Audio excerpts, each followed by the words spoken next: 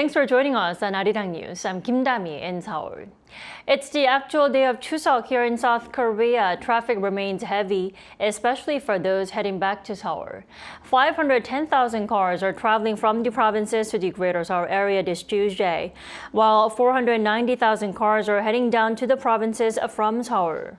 Korea Expressway Corporation says as of 4 p.m., it's estimated to take 8 hours and 40 minutes from Busan to Seoul, 7 hours from Gwangju to Seoul, and 8 hours and 10 minutes from Ulsan to Seoul. The road congestion should start to ease at around 9 or 10 p.m. for those traveling from the Greater Seoul area to the provinces, and at 3 or 4 a.m. on Wednesday for those heading back to the metropolitan area. An investigation into an apparent second assassination attempt on former U.S. President Donald Trump was revealed that the suspect waited 12 hours at the scene. Now, the suspect has been charged with 2 firearm offenses. Chuseok reports. Ryan Wesley Routh, a 58-year-old white male from Hawaii, has been charged with 2 gun crimes, possession of a firearm by a convicted felon and possession of a firearm with an obliterated serial number. The authorities charged him in a federal court on Monday local time in West Palm Beach, Florida. He could face a maximum of 20 years in prison if convicted. According to the U.S. Department of Justice, at 1:31 p.m. on the 15th, a Secret Service agent walking along the edge of the Trump International Golf Club saw something that looked like a rifle and fired. Agents reportedly found a digital camera, backpack, loaded SKS-style rifle with a scope, and a bag of food in the area where Routh fled. He was arrested after a highway chase with more than 20 police cars. The FBI revealed that Routh had been hiding at the golf course for nearly 12 hours, starting from around 2 a.m. local time, as he waited for the former president and current Republican candidate Donald Trump. Following an assassination attempt in July during an outdoor rally in Butler, Pennsylvania, this was the second apparent attempt against Trump, leading to criticism about security failures once again.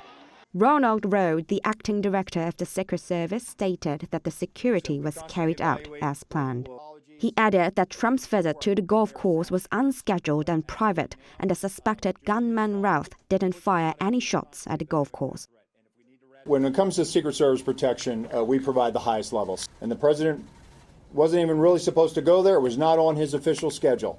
And so we put together a security plan, and that security plan worked. On the same day, White House officials stated that U.S. President Joe Biden called former President Trump, expressing relief that he was safe, and Trump thanked Biden for the call. I think they thank God the president's okay. But one thing I want to make clear, the service needs more help. And I think the Congress should respond to their needs if they in fact need more services. I think we need some more personnel. However, unlike the first assassination attempt, Trump blamed President Biden and Vice President Kamala Harris during an interview with Fox News Digital, saying their rhetoric is causing him to be shot at. Chuseok, Arirang News. Israel has expanded its goals for the Gaza war to include the return of residents in northern Israel. On Tuesday local time, Israeli Prime Minister Benjamin Netanyahu approved the decision. That is, according to his office, which said the war aims were updated to ensure the safe return of residents who had evacuated the northern border area due to attacks by Hezbollah, the Iran-backed Lebanese militant group. Since October 8th last year, Hezbollah has been attacking Israel's northern border in solidarity with Hamas. As a result, tens of thousands of residents fled and have yet to return home. Israeli Defense Minister Yoav Gallant also stated on Monday that military action against Hezbollah is the only way to enable those residents to return to their communities. At least 17 people have died in Central and Eastern Europe due to flooding caused by Storm Boris. U.S. news agency CNN has reported that 3 people died in Austria, 7 in Romania, 4 in Poland, and 3 in the Czech Republic.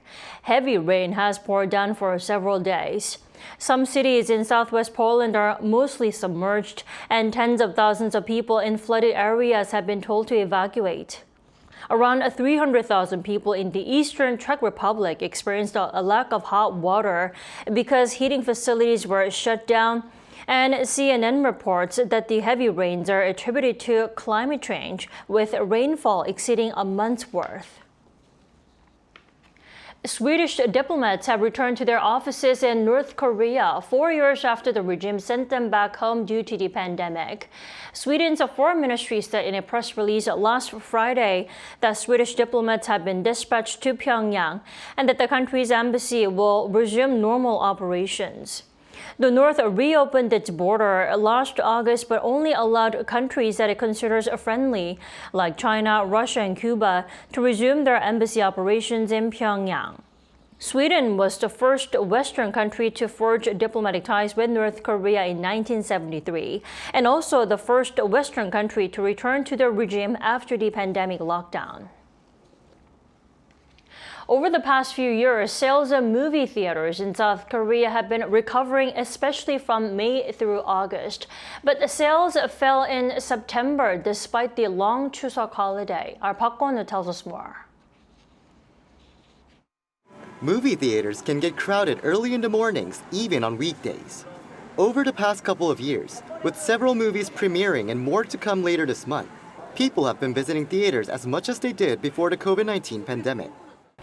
According to data from the Korean Film Council, movies released from May through August in 2022 and 2023 earned over $74 million at the box office, with theater attendance above 10 million viewers each month.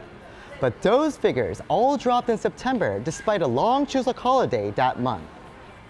The Chuseok holiday is considered movie theater season in South Korea. But in September 2022 and 2023, sales of movie theater tickets fell by 1/3 and 1/2 respectively on month, despite the release of many tentpole movies starring famous movie stars.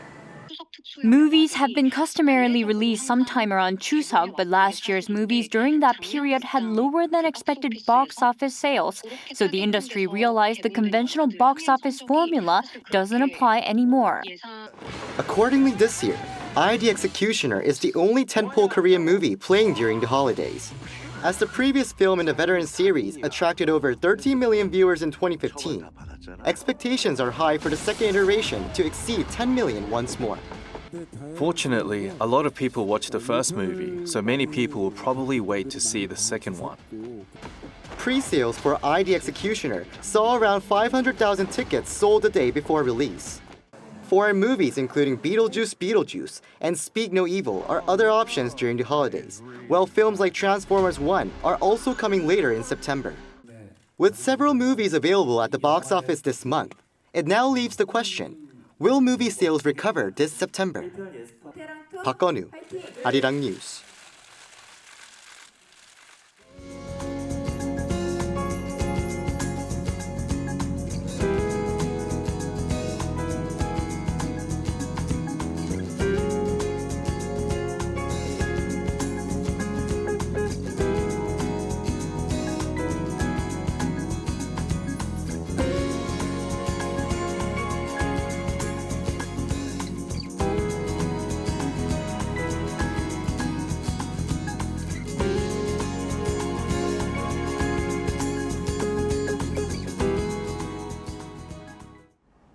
That's all we have at this hour. Arirang News will be back tomorrow at noon Korea time. Thanks for watching.